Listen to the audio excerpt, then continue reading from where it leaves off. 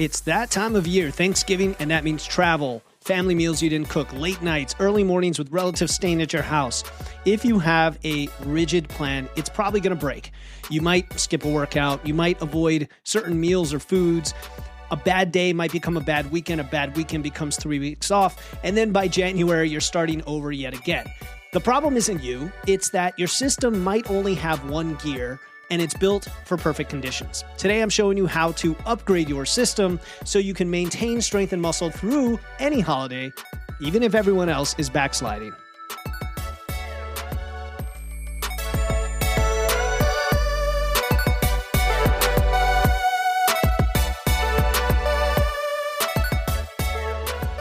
Welcome to Wits and Weights, the show that helps you build a strong, healthy physique using evidence, engineering, and efficiency. I'm your host, certified nutrition coach, Philip Pape, and today we're going to talk about something that's probably on your mind as Thanksgiving approaches in just a few days here in the US. And honestly, this applies to anyone going through any holiday or time like this. How do you keep your progress going when your routine gets completely disrupted? This is a general principle of any time of year, but it really comes up during the holidays because most of us approach this time of year with one of two strategies. Either you try to maintain your exact routine and then inevitably fail when life doesn't cooperate, or you completely give up and you plan to start fresh in January. Both approaches have the same result, right? You lose your training progress. Maybe you gain some fat that you didn't want. Maybe you feel like you're back at square one or falling back, regressing when the new year rolls around. Now you're kind of reset more than you'd like to be. So what I'm sharing today is different, something I came up with over the last few weeks. We talked about it in Physique University recently, and it's called the Flex Framework. Very simple, based on a simple principle that a system with multiple gears, right, just to put the engineering hat on, can survive tolerance or variability better than a system that has only one setting, right? So we're talking about having flexibility in your system, but we're going to be very concrete about it today and give you very specific ways to do this. So you're going to learn how to create 3 versions of what you're doing, of your plan: an optimal version, a minimum version, and what I'm calling a bailout version, so that you can adapt to whatever the holidays throw at you without losing your progress. And of course, this applies beyond the holidays. As I mentioned, anytime life gets chaotic, that could be work travel, that could be family emergencies, just those weeks where everything seems to be going wrong. We know what those are, right? But real quick, I just want to share a couple quotes from our clients in Physique University who always like to share their wins, and it's super inspiring to those listening to the podcast. You said you want to hear directly from people who are doing this. So the first one says, "My DEXA scan looks like heavy barbell training is paying off. Check out the spine increase." That's awesome, right? Because we've been talking about osteoporosis recently, so love to hear that. Another one, and I would file this under small but monumentous wins. "I completed week 1 of the strength template I selected." That's a massive win. To get through your first week of strength training sessions is phenomenal. And then one more says, "I was traveling for work this past week, but I was able to get a couple of workouts in. Lots of meetings and late nights. Lifting seemed to have given me a bit of energy, embracing the new lifestyle." And the last one I'm going to share today is actually from one of many of the users who downloaded Fitness Lab, which is now out for Black Friday. It's 20% off for Black Friday. Just came out, our new AI coaching app. And this user says, "I have it and I'm loving it so far, especially the AI feature. It feels like you are coaching me. Apple Health will be excellent once integrated," which this is Philip talking here, "will be out within days, if not already when you hear this podcast. But honestly, I like what it's making me do by not having it. I want to let you know this is exactly what I've been looking for. Good stuff." So the reason I share all these is because I'm super proud of what all of you are achieving every day, whether it's through the podcast, through Physique University, or now through the Fitness Lab app. You could check out all those resources in the podcast show notes, but now let's get into the topic. And the first thing I want to talk about is why having a plan that's a little bit too rigid, or even very rigid, of course, why it collapses under pressure. And this is a lot more of a head thing, a psychology thing than anything else. And if we put it in context of this week, at least here in the US, where you've got Thanksgiving in just 3 days, if you're listening to this when it comes out on Monday, and then it's only a few weeks until Christmas and New Year's, and you're already stressed out about how you're going to handle all of that stuff, family dinners, travel, the gyms are probably going to be packed, you might have hosting duties. you're wondering about things like, how do I deal with alcohol and stuff like that? And saying, hey, should I just accept that things are going to be perfect and therefore I'm going to backslide and then plan to get serious again in January? Well, I'm here to tell you that those aren't the only options. Okay. No, things are not going to be perfect. They never will. So that we just throw off the table. That's a fact. But the fact that you'll backslide isn't a given. But I get it, because the traditional approach to fitness in this industry can come across as very rigid. It's like, here are the 7 pillars you have to follow. You've got to do your training for 3, 4, 5 days a week. You've got to have, these calories and macros. You've got to hit your energy balance, and your sleep is being locked in. Got to keep your stress low, by the way. Make sure you get your steps in. All of that is fine, but it really only works when the conditions are perfect. In other words, hitting a 10 out of 10 on all of those things. When you're at home, when you're prepping your own food, when you've got your normal gym every day, when you control your environment, etc. But the holidays are maximum variability with minimum control, right? The travel schedules change. Family members have their own plans for meal times and what to serve at the meals. And, you don't want to offend your relatives because they're going to make all this great food that's part of a tradition. The gym, maybe you're visiting and you're trying to go to a gym and now it's different. It doesn't have the equipment you need. And you normally try to get to bed at 9 or 10 p.m. Now it becomes midnight because everyone's still talking in the kitchen, right? So this is life, guys. And so a rigid plan is, of course, not going to have an answer for this. So it breaks. And then when it breaks, you feel like you failed and then you quit. And that's the all or nothing trap, right? It's worth revisiting that, because we all fall into that, even if it's in a small scope. I do as well. I fall into sometimes this thought of like, okay, here's my routine. I'm going to lock it in. And then something happens. I'm like, get frustrated because I can't quite hit that routine like I wanted. And by the way, I'm going to have rotator cuff surgery coming up. So I could easily fall into that trap of, oh no, the sky is falling. I'm not going to be able to train. I'm not going to be able to this, not going to be able to that. And I'll have to adjust and say, okay, that's the reality. What do I do? Like a good stoic, what do I do? And it's why January, when we talk about the holidays, why January is the busiest month at every gym, because everyone's starting over, New Year's resolutions, after completely abandoning their routine for 6 weeks, if they even had one. And so the real problem here of why things break is because they're one-dimensional. They have one gear. They work under certain conditions, not necessarily perfect conditions, but let's say close to them, right? Quote-unquote normal conditions. And so what you need is a system with multiple gears that can adapt to imperfect and far imperfect conditions while keeping you move forward. Now, this might be like common sense, like, okay, Philip's talking about flexibility, great. But I want to give you gears here. I want to give you 3 gears that are very specific steps that you can step down to if needed, and think ahead for yourself what that looks like, okay? And this is something that I'm introducing called the Flex Framework. Now, we talked about this in a workshop, or I should say our monthly coaching call in Physique University. We just talked about it. And on that call, we went through, I'll say, a lot more detail than I'm going to cover today, although you're going to get a good amount of it today. And we did a lot of Q&A, and there's a guide and all this other stuff. And the community is working with it to get accountability along the way as we head into Thanksgiving. So if you want to get in for all of that, as well as the community support and the ability to say, hey, what do you guys think of my Flex Framework? Is it going to work? How do I execute it? Join Physique University, physique.witsandweights.com. You could also go to witsandweights.com/physique. Sorry to confuse you. The link is in the show notes. So go to witsandweights.com/physique. There's a special code in the show notes to get a free nutrition plan when you join using that code.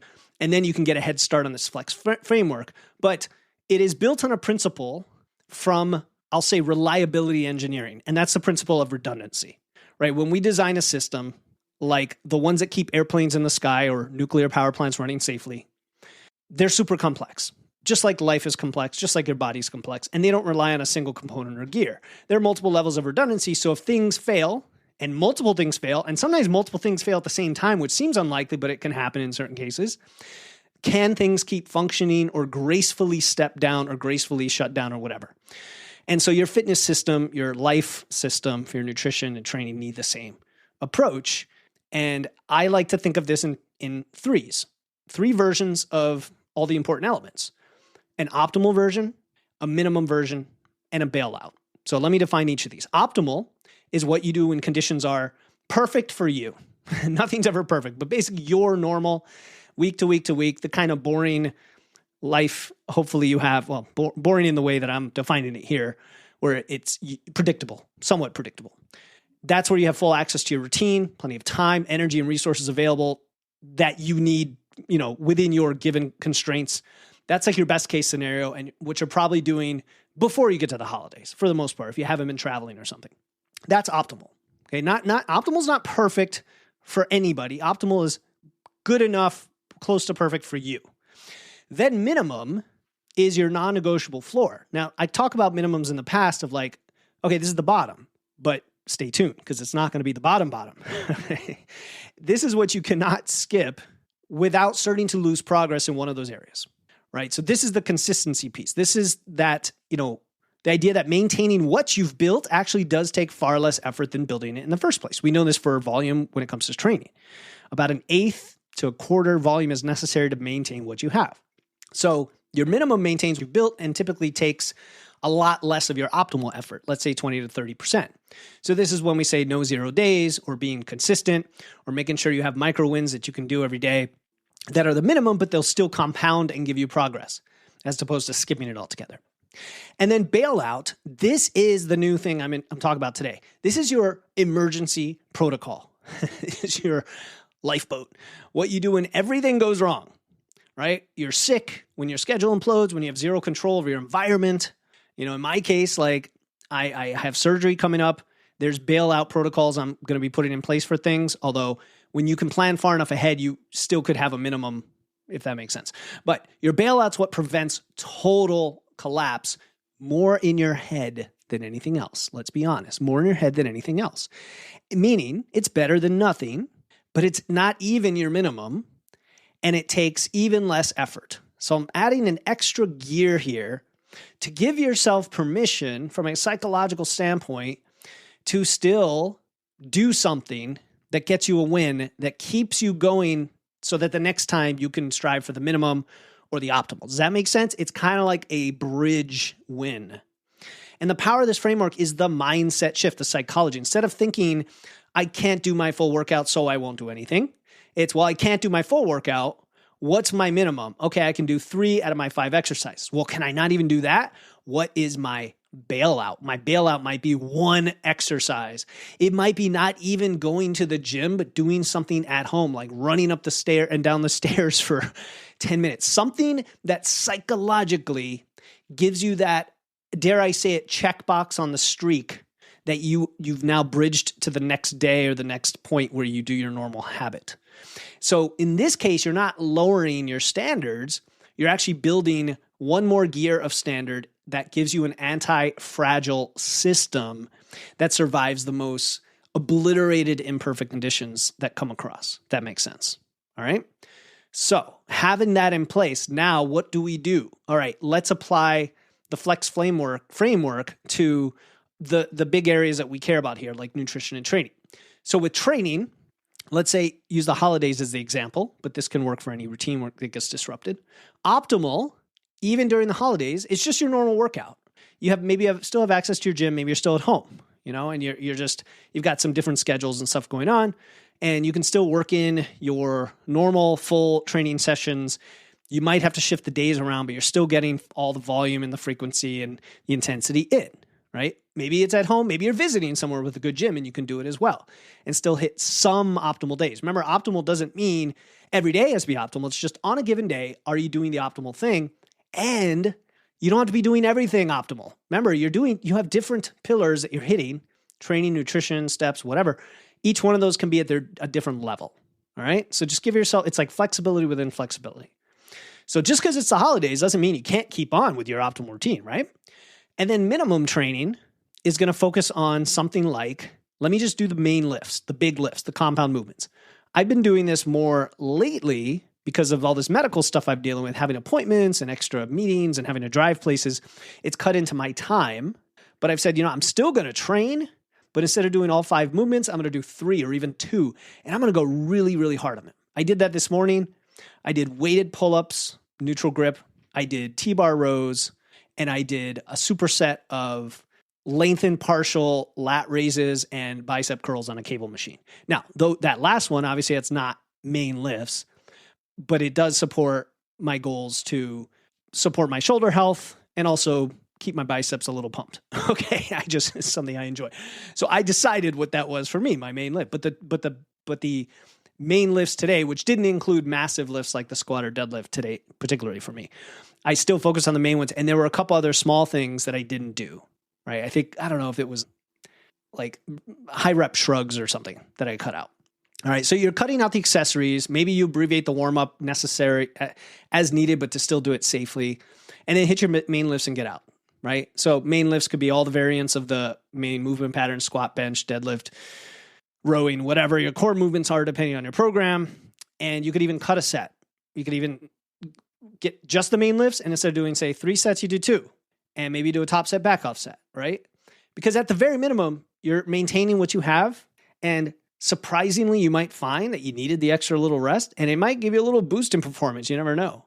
So I don't see this as a bad strategy at all. This is pretty good. That's a minimum. Now, bailout. Let's talk about bailout. So to me, bailout is movement-based, not performance-based. Might sound sacrilegious, but that's why it's a bailout. This is not about hitting new numbers on your lifts. This is not even about progressive overload. If your bailout strategy is, damn, I can't even get to the gym. I can't even get to any of this stuff right now. I don't have a home gym. I just need to move my body and get some sort of stimulus on my muscles. This is beyond walking. And this could be body weight stuff. I mentioned running up and down the stairs, for your legs. This could be a brisk walk with weight on your back, like a rucksack or weighted vest or something like this. It could be just push-ups. You know what I mean? All you're doing is just bridging the gap with some bare minimum. And psychologically, more than anything, it gives you that boost that, like, I did it. And that means next time I'm going to keep making progress when I go back to my minimum or my optimal. All right. That's all we're talking about. Now, notice what's happening psychologically. You have options. On a perfect day, you hit optimal. On a chaotic day, you fall back to minimum. Usually it ends there. But now on a disaster day, you can at least do your bailout. You're not stuck in the all or nothing trap at any of those levels. And that's how you maintain your routine through the holidays at some level. You may not try to make gains or PRs, but at least maintain what you've built. Feel good about yourself. Keep going. Keep yourself in the mode of, I'm doing this thing on a regular basis. And throughout all of this, recovery is going to be super important, right? A lot of it does come down to stimulus versus recovery. And if you're stressed because of the holidays, recovery is going to be impeded as well. Now, for me, you guys know I love to talk about sleep a lot because it's something I am personally working on. And it's probably the biggest pillar of recovery. And when you're traveling, when you're staying in different beds, when you're dealing with family stress, irregular schedules, I would say quality sleep becomes even more important and often harder to get. And so shout out to the sponsor of this episode, Cozy Earth. They have incredible bedding that I own personally, that I use. It is my favorite bedding of all. I'm glad I found them because it regulates temperature. You sleep cooler, you sleep more comfortably even when you're not in your own bed, if you could take your sheets with you. That's my tip for you right now, okay? If you could take your sheets with you, you know how everybody has like their favorite pillow? It's kind of like that. If you could have your own sheets with you, which then they're clean as well, and you're not dealing with any of that stuff, and you could take them with you. I've been using the Cozy Earth sheets now for quite a few months, and the difference in sleep quality is definitely noticeable, both qualitatively and in my numbers, in my HRV scores, my sleep quality scores. It just feels like something I want to, drift away in. It just feels so good. I mean, sometimes I just want to get in the sheets just to like read a book. And so when you're dealing with holiday stress, schedule changes, having something like that to anchor you when it comes to an important pillar like sleep, and that could be bedding. It could also be their pajamas and other products that they have made with the bamboo-derived material that regulates the temperature. It's just one less thing that works against you and to worry about. So go to witsandweights.com/cozyearth. Use my code witsandweights for 20% off. They have an incredible warranty and money-back guarantee. So you could try it. If you don't like it, return it. If you want to get better sleep during the holidays and beyond, this is a great Christmas gift, guys. Cozy Earth sheets. If you're struggling to figure out a really nice, luxurious Christmas gift for your significant other, for a friend, for somebody who's in this space who cares about sleep, go to witsandweights.com/cozyearth, 20% off. And trust me, the sleep is going to vastly improve. And that means better recovery, better training, more energy to enjoy the holidays and help your metabolism and all this other stuff. witsandweights.com/cozyearth. check them out. All right, so that's training. Now let's talk about nutrition, because this is where most people really derail during the holidays. And I don't even like the word derail because I've said before, I don't believe there is a rail if you have a flexible framework. Okay. But we're going to assume that the rail is your general direction that you're trying to go. Maybe it's fat loss, maybe it's muscle building, maybe it's just maintenance. And for many of you who know me, I definitely recommend against fat loss during the holidays unless you're using it as a test. You're using it to kind of push your comfort zone further during the hardest time of year so that you can handle any time of year. That's up to you. But whatever it is, the situation changes quite a bit this time of year because you often go to family dinners or you visit family and you didn't cook the food, or there's a potluck, right? Or you bring one thing and they cook everything else. Or you're just cooking other things because it's the holidays, right? The pecan pie. I know people who have like 10 pies, okay? This is like an American tradition to have all these pies: apple pie, pumpkin pie, blueberry pie, cherry pie, you name it. And you're probably at restaurants a little more. You're getting out, you're going to parties, you're visiting friends, you might be traveling. Like the usual meal prep routine sometimes goes completely out the window.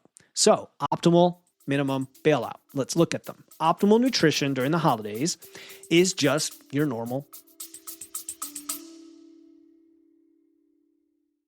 Hey, this is Philip, and if you're tired of guessing with your training and nutrition, check out Fitness Lab. This is my new AI coaching app that evolves with you to build muscle and lose fat over 40. It adapts to your recovery, troubleshoots plateaus. It shows you what to do next without the mental overhead. And get 20% off through Black Friday at witsandweights.com/app. That's witsandweights.com/app. Now back to the show. Plan. You're hitting your macros and calories.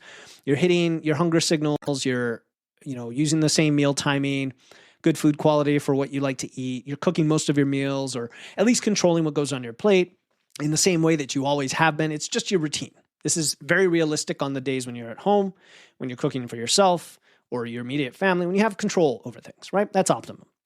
And by the way, if you're not even at optimum yet, don't beat yourself up. So one of the missions of this podcast is to help you find that. And that doesn't mean perfect. It just means at a good place to make progress and to be sustainable. All right. Minimum, I will say minimum nutrition is about simplifying the tracking and the decision framework so you don't have as much cognitive stress. So the way I would simplify this is protein. Like your only non-negotiable is protein. Hit your protein target. And it doesn't even have to be in calculating the grams per se. If you have any experience at all tracking protein, you know that having like 5 servings throughout the day, or having protein, a decent amount of protein at every meal or snack is going to get you where you need to be. And again, this assumes you've done this before. If you've never done it before, I still recommend trying to track the grams just to see where you stand. Have a rough awareness of calories so you're not massively overshooting. Right? But what that means is you should kind of feel good about yourself, like you're roughly in maintenance world, right? You're not getting stuffed all the time. Obviously, you're probably not on the other side of always feeling hungry during the holidays. Although I could be wrong. Some of you you're really stressed and you're shopping and you're doing all the things and you forget to eat. That's its own challenge. I get it. The food timing here maybe doesn't matter as much because things are a little bit less predictable. Your carbs and fats can always flex depending on the situation. So the rule's simple. Just prioritize protein all the time at every time you eat and don't worry about the rest. And that's a good minimum. You may decide something else is your minimum. Like I'm always going to have fruits and vegetables, fiber. It could be something else, but I would go with protein for most people. So at Thanksgiving dinner, that's easy. Turkey, baby. All right. Like I actually find Thanksgiving kind of interesting because I feel like a lot of Thanksgiving dinners are actually pretty decent food options compared to maybe other parties and holidays, if you know what I mean. Like it tends to be a lot of home cooked food for a lot of families. Now, that's if you celebrate it. That's if you cook it yourself. Some people go out to Chinese food for Thanksgiving, whatever, or don't celebrate it, let's say, or a different country. But, you want to enjoy the meal. You want to enjoy the experience and the family time. You don't want to stress whether mashed potatoes have the butter, the green beans are cooked in oil, all those little details. Really, just get enough protein, which usually comes from turkey. And I love dark meat personally, but you might like the breast meat. And then all the other things, the sides, have a little bit of everything that you enjoy. There's nothing wrong with that. If you're at a restaurant, always order protein forward meals, right? Steak, vegetables, chicken and rice, fish and potatoes, simple stuff like that. So that would be the minimum. The bailout is even simpler. It's like one anchor meal a day to keep your brain connected to the fact that there's this idea of nutritious, performance-enhancing, supportive foods that you like to eat. And you're going to have that one experience every day that's yours, and everything else is chaos, and you accept it. Maybe you're traveling all day. Maybe you're dealing with a family crisis. Maybe you're completely overwhelmed. Don't skip eating.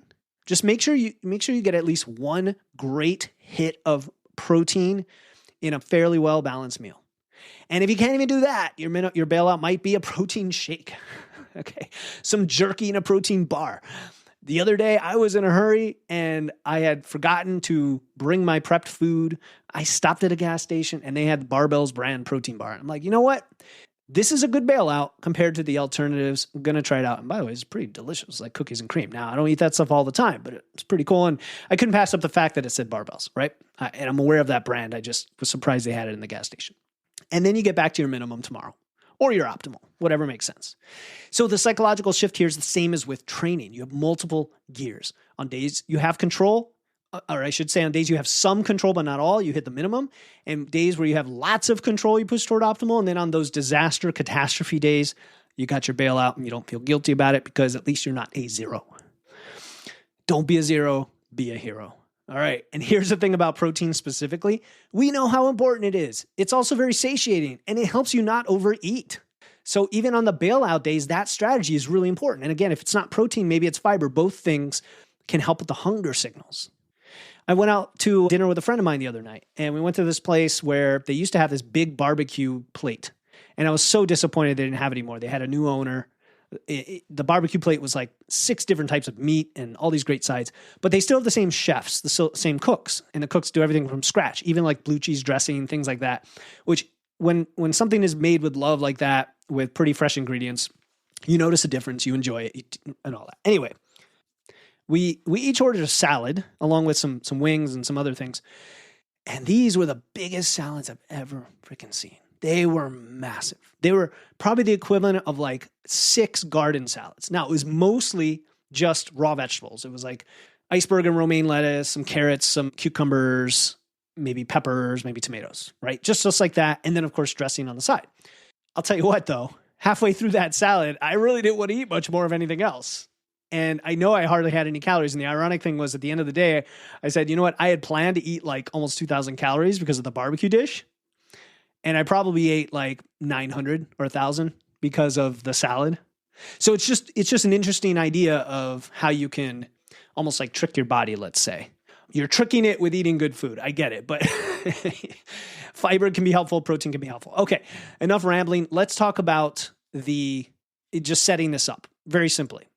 It's more about reframing than anything. So the old way that you would think is, I can't do my full workout, so I'm not going to do it.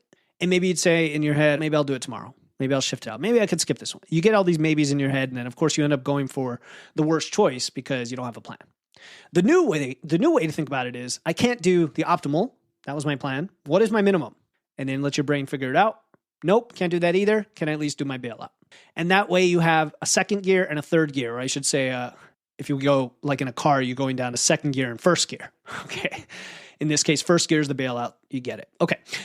Now you might be thinking, oh, but if I just do a bailout, like what's the point? Aren't I still losing progress? 2 things. First, the minimum is designed to maintain progress, and the bailout is designed to be better than 0. And the idea is not to backslide. So psychologically, it keeps pushing you forward and keeping the routine in place. The goal is not to come off your habit. That's the goal. So how do you set this up? It's very simple. You're going to write down your optimal for the different buckets. And I just talked about training and nutrition. We talked about a few other buckets on the workshop in Physique University. And you could add your own buckets as you need, right? Sleep, stress, recovery, whatever. And then identify your minimum. What's the least you can do without losing progress? So for training, we already talked about that stuff. And then define your bailout, which I would say, what can you do in less than 10 minutes when everything else is just chaos? What can you do in less than 10 minutes? Have that in your backup plan. Write it down. Put it in a notes app. Send yourself an email. Put it on Post-it note. Whatever makes sense. Write them down. Please write them down. Don't just let this fly by you in your ears as you're multitasking right now listening to this podcast. Or Jonathan, you know who I'm talking to. You just got your home gym, buddy. You reported how the home gym now gives you extra time and you control the environment. Now you can listen to a podcast while you lift. Love it. Anyway, shout out to you, Jonathan. When chaos hits, you have to know your options. So this is still having a plan. This is still a plan. That's the cool thing about it. It's kind of like you're tricking yourself into doing something that's a plan anyway that doesn't even feel like a plan because it's a bailout, right? So like for nutrition, what does that look like in Thanksgiving? Load up on your turkey, take reasonable portions of sides. You're not tracking macros. You're just prioritizing protein. You get full. That's the minimum. There you go. It works. All right. So if you're thinking, okay, this makes sense. I really want help implementing it and coming up for myself what all this looks like for all the different pieces. That's what we did inside Physique University and we continue to do with our students. We taught the Flex framework in our last coaching call, and we're actually going to connect that to a challenge at the end of the year. It's going to start December 10th and go right to the end of the year. It's a 3-week strong finish challenge. Now, you're probably listening to this episode a little before or around Thanksgiving, which is a couple weeks before the challenge starts. Totally up to you if you want to come on in and get caught up on the Flex framework ahead of time, because we did give everyone a 6-week roadmap. And the second half of that roadmap is the challenge. So the challenge is going to run through the hardest 3 weeks of the year. And that's designed to help you practice pivoting and maintaining that floor, that bailout floor through this maximum chaos. And we did create some training programs for travel that you can use, some training templates, I should say, body weight, as well as if you have access to some basic hotel equipment. We will be posting daily check-ins to keep you accountable. And we have a ton of resources. A lot of them Coach Carol put together. We have decision trees for your training. Carol put together what to do at a gas station, at an airport, a hotel, visual meal guide. What else? There's a lot of stuff in there. Protein selection matrix, like it just takes all the stress. So when it's that time of year, you could literally go to the reference during the challenge and say, what do I do for this? So you can join now. I would encourage it and get caught up on the Flex framework and start doing our onboarding. And then meeting the community, meeting me and Coach Carol, and really starting to build momentum now before it gets too crazy. Or, I get it. Not everybody wants to do that. You want to just do the challenge. The challenge, we're going to talk about it some more as we get closer.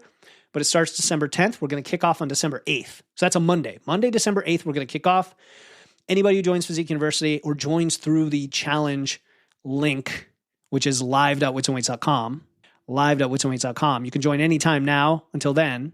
You will immediately get access to Physique University, become a member, and be part of the challenge and get all those resources. And for those of you who join at live.witsandweights.com, I always throw in a free custom nutrition plan when you join as well, which accelerates the process even further for you. So again, the challenge kickoff is December 8th. It starts a couple days after that.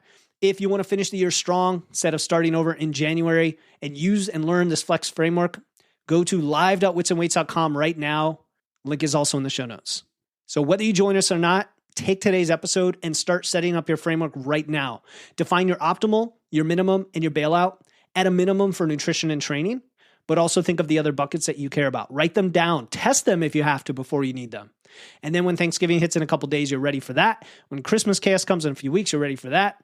If you join Physique University, you'll be in a challenge. You'll get super accountability and support there. And then by January, while everyone else is starting over, you're going to be at least where you left off, if not better. And if you didn't make gains, that is fine. It's still far beyond where most people are because you didn't lose ground either. Maintained your strength, your muscle, your momentum. That's how you build lasting progress. That's how you make this sustainable over the long term, over the 12-month period. Because if the holidays are generally the worst time for you and you're maintaining now, that's a huge win, isn't it? Because now the rest of the year, you're going to make a ton of gains and then keep them year after year after year. All right, that's it for today. Go set up your Flex framework, define those 3 levels. Have your strongest holiday season yet. Enjoy your holidays if you're celebrating Thanksgiving. I know we will. We're going to be enjoying all of the delicious food and the family and being grateful. I am grateful to you. I'm grateful for this platform to be able to share and have these conversations. Until next time, keep using your wits, lifting those weights, and remember, the best systems do have multiple gears. I'm Philip Pape, and this is Wits and Weights. Talk to you next time.